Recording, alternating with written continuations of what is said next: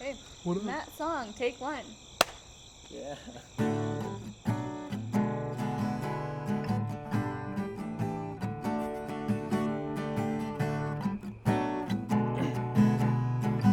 Here we go.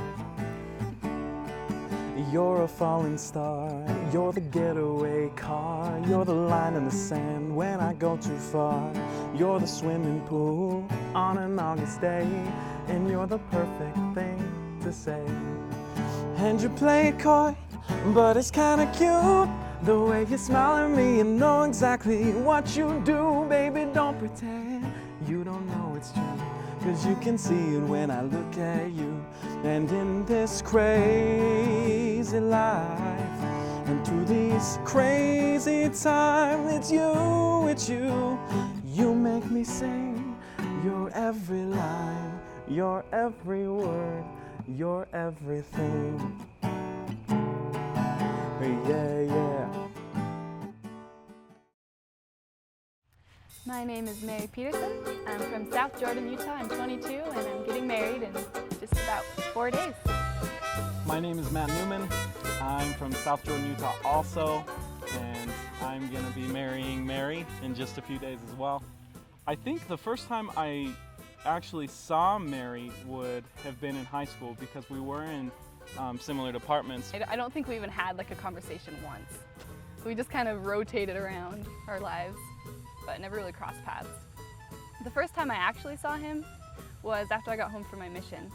I ended up serving, well, we served in the same mission, but at completely different times. And when I got back, I had served in a similar area as him. And so I knew about some of his new converts. And so I just messaged him on Facebook, you know, being the weird like, sorry, you probably don't remember me, but just wanted to update you on the mission. And then about 3 or 4 days later, he just showed up at my homecoming.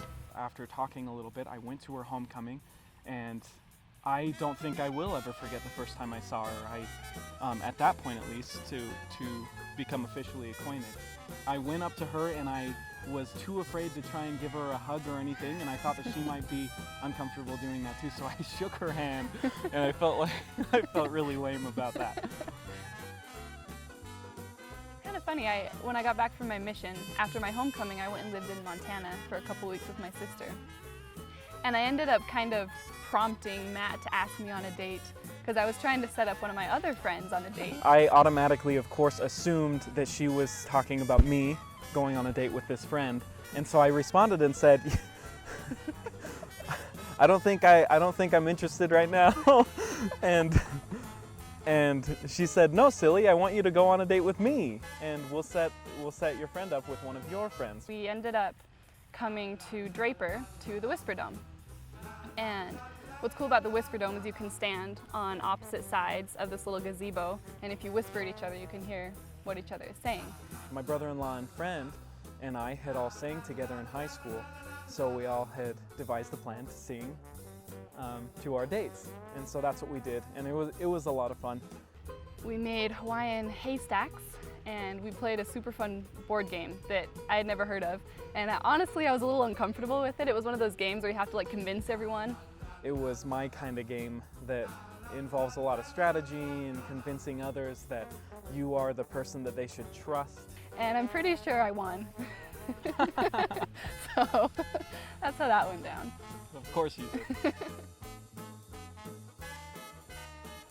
was the bomb. Our first kiss was the bomb. It was the bomb. Yeah.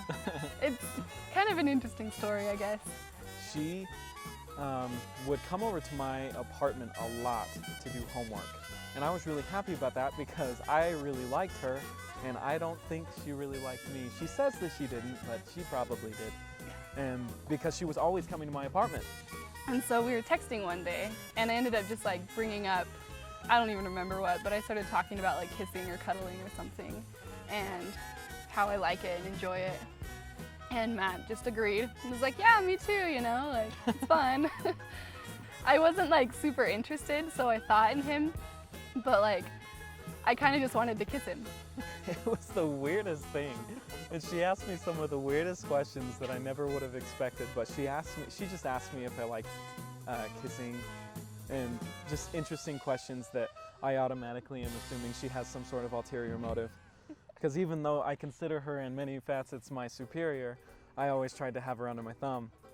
And I told her, of course, like, I guess I like kissing.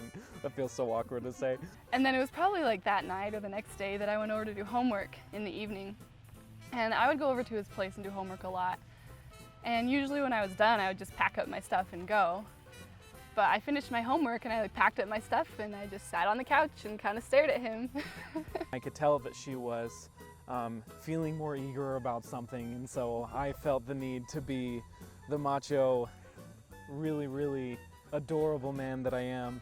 And I looked at her and I told her to come here, and I put my arms around her and I looked at her in the eyes and I kissed her. Like that. And it was wonderful. And she never stopped kissing me. It was a little bit of a process getting to the point where I felt like I knew I wanted to marry Mary.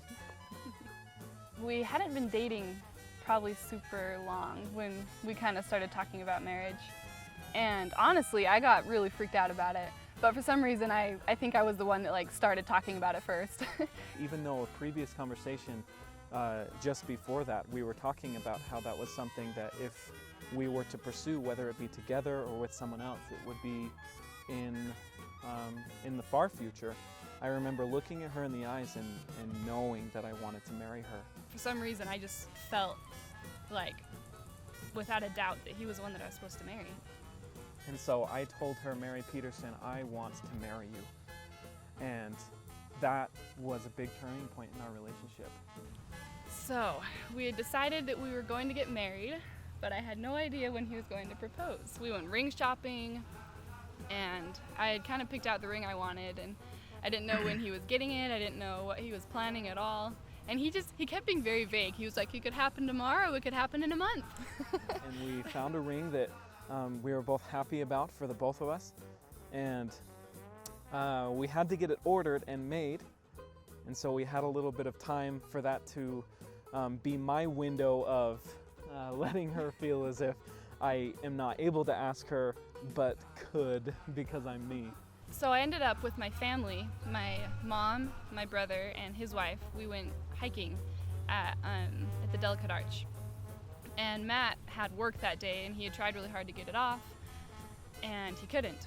And so, I just assumed that he was at work. But I guess somehow he ended up like convincing some guy to take his shift.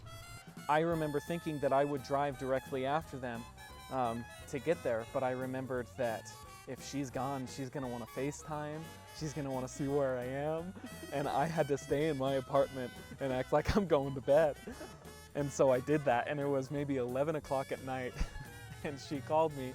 We never ended up FaceTiming, but we did talk over the phone, and I just kept enforcing the idea that I was very tired and needed to go to bed, and she bought it. Apparently Matt drove down at like 3 in the morning or something into the Delicate Arch and just like slept in his car overnight in the parking lot and then hiked up at like 7 in the morning. I remember setting 3 or 4 alarms to try and wake up on time to make sure that I didn't miss it, and I set the first alarm at maybe 6 in the morning. I think he was hanging out at the arch for like 4 hours just waiting for me to show up. I felt pretty bad about that. But he surprised me under the arch, and I went under to get a picture with my mom, and then my mom just kind of walked off, and Matt came around the side of the arch and got on one knee and proposed. And it was cute, but it was also really cool because it was a holiday weekend and there were a ton of people surrounding the arch. And so when he proposed and I said yes, there was like this cheer that went up throughout the entire area, and it was really cool. And then the rest of the day we went hiking, and I was with my fiance for the first time. And it was one of the greatest days of my life, for sure. I'll never forget it. It was wonderful. You're every song, and I sing along, 'cause you're my everything. Dang it. She told me to beatbox. Do it, just keep going. 'Cause you're my everything.